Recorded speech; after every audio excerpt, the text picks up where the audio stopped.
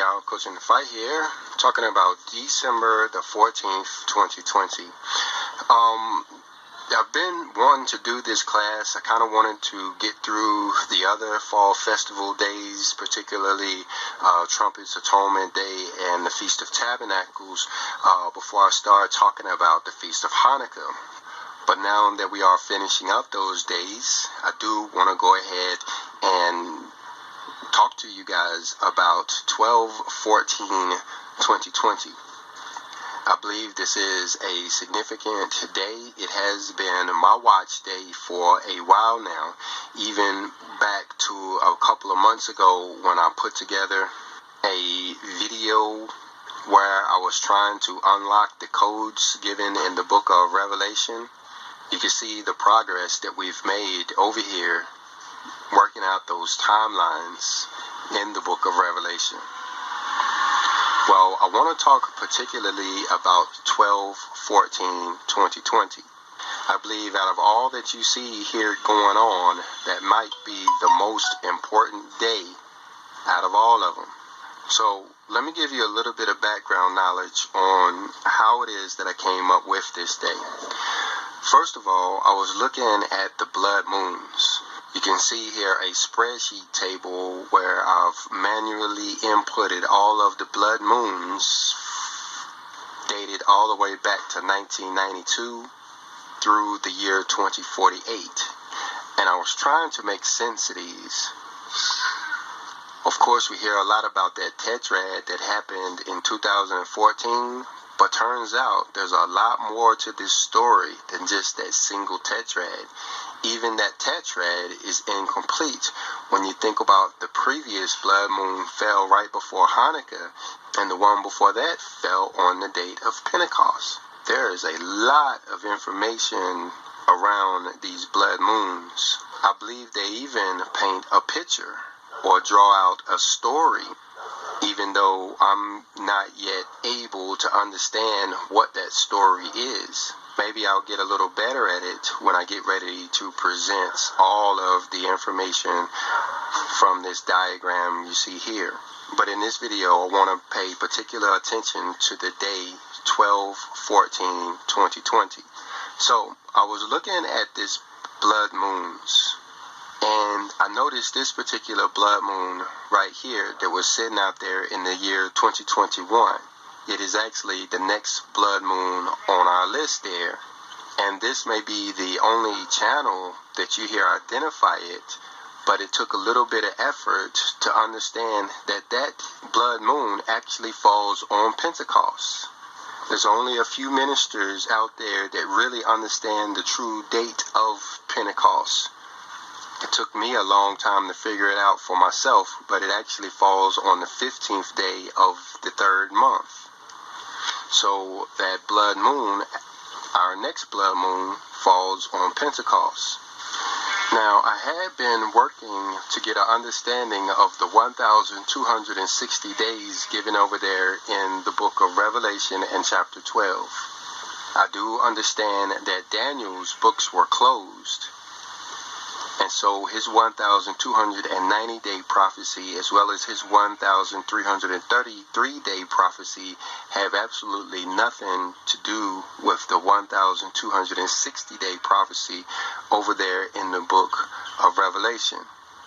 I've understood this for a number of years, but I wasn't making any headway trying to figure out when this 1,260 days would actually take place, because anytime I would put in the 1,260 days, added or subtracted from any significant day,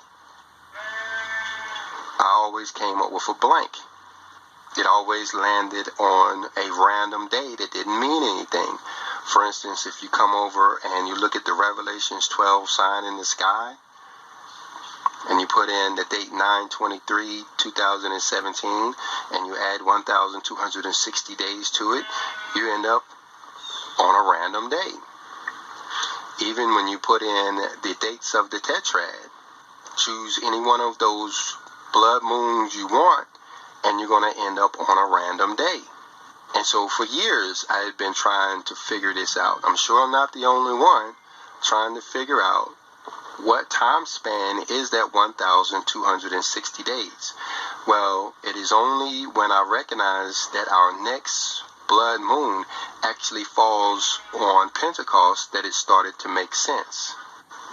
Because, well, let me back up just a little bit. When you come and you look in the book of Revelation, in chapter 12, that's what many refer to as that Revelations 12 sign in the sky. That is the starting point for the 1,260 days that you see in verse 6 of chapter 12. So it only really made sense to start on September the 23rd, 2017. But look what happens when you recognize May 26 as an important date and subtract 1,260 days from it. You end up on December the 13th, 2017.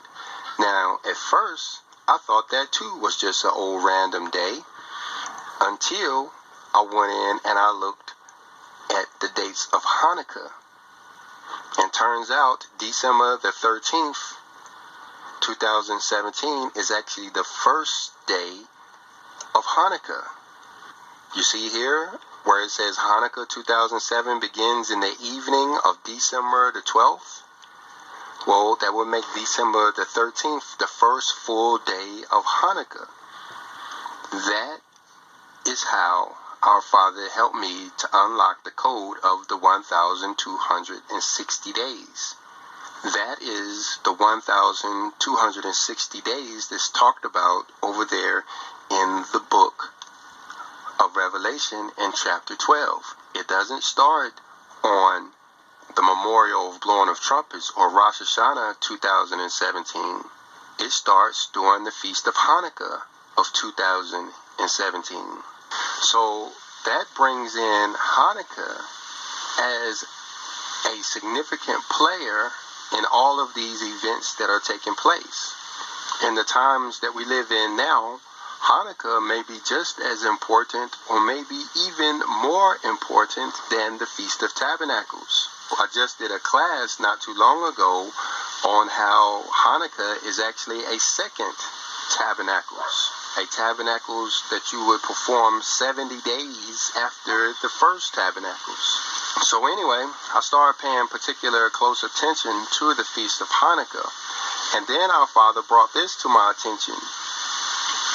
That solar eclipse that makes the X across America started in August of 2017 and ends in the year 2024. Guess when the exact middle of that date is? So when you're looking at the time between August 21st, 2017 and April 8th, 2024, you see that there are exactly 2,422 days. Half of that would be 1,211 days. So when you come in and you add 1,211 days, you find that the midpoint between that X in the sky is exactly December the 14th, 2020. Now, we've already done a lot of classes on the significance of the year 2020. Basically, if you start over in the year 606 BC, which is the time that the 70 years of captivity started, and add 1,290 days, you end up at the abomination of desolation. And then if you add an additional 1,335 days, you end up in the year 2020. So what does that all mean? Well, look at what I understand has happened so far. Starting in or about 2014, you had a 7-year covenant building period with the Father's people.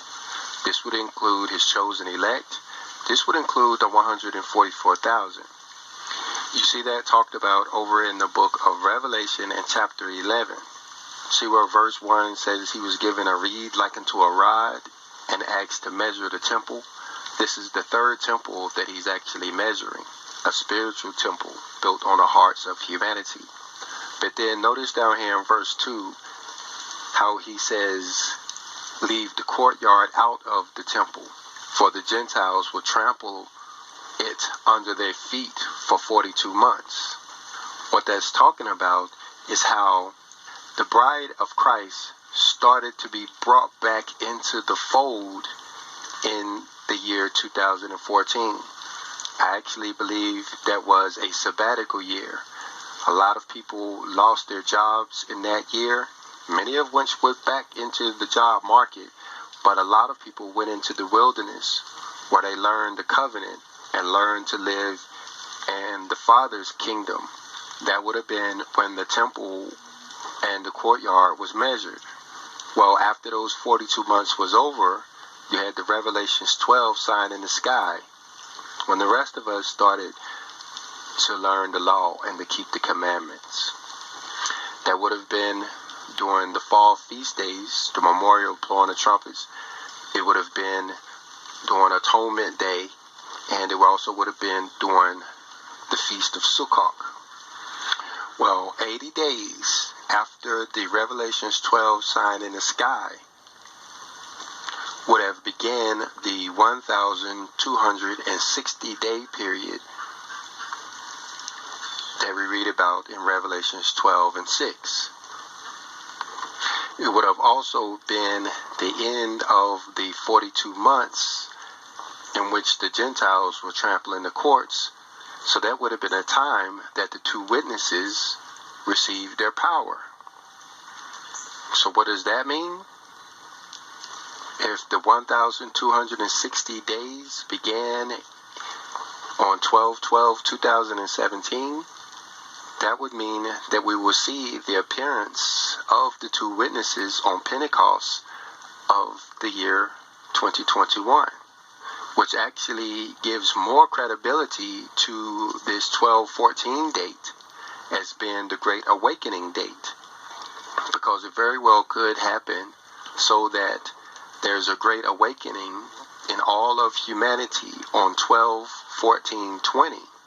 But then out of all of the people who are awakened, the two witnesses, as well as the lawless one, will start to take actions that we can recognize by Pentecost of the year 2021, confirming what we read about in the Apocalypse of Elijah, which states that the lawless one will appear in the 4th year of the willful king, making President Trump the willful king, and the lawless one appearing after the inauguration of his re-election. So the reason why so many people have had a hard time unlocking the code of the 1,260 days is because we wasn't taking in account Hanukkah. Well, the Watchmen of the world may actually be the only ones not taking into account Hanukkah, because when you look at that new clock that everybody is talking about, that 7-year countdown clock in New York City, I'm looking here at climateclock.com or climateclock.world, and we can see that clock as it ticks down. We see that we have 7 years and 83 days left. Well, let's see when that takes us to. I'm going to hit today, and then I'm going to come over here and I'm going to add 7 years and 83 days. It's 14 hours, so we'll give or take a day. Where does it end up? Friday the 31st, 2020, 2027. You say that could be a random day? Nope. That's one of the last days of Hanukkah. That clock that they just put up in New York City is actually pointing to the year 2027, Hanukkah of the year 2027. And you say, what's the significance of the year 2027? Well, I didn't plan on going into much detail about the prophecies of Daniel. We've done a whole class on this. But if you look at his time and half a time prophecy, using 490 years as a time, and starting in the year when Constantine took over the church and created what we know as the Harlot Church or the Catholic Church, you see that those time and half a time that you read about over there in Daniel in chapter 7 will end in the year 2027. That's pointing to the destruction of Babylon in the year 2027. So looking back at this chart we've been putting together, you start off with the Great Awakening in December of 2020, kicking off the apocalypse. The 7 years of the apocalypse takes you to the year 2027. So even the government has its eye on Hanukkah. I could give you guys more detail on December the 14th, 2020. After our Father helped me to understand the significance of December the 14th, 2020, I went over and started trying to find secondary confirmation on YouTube. And there are others looking at December the 14th, 2020, but they're using completely different methods than what I found. They're using stuff like stellarium and star alignments. Apparently there's some convergences happening in December of the year 2020. I'm not good at that stuff, but I'm sure it adds more confidence to the idea that something actually could happen on 12/14/2020.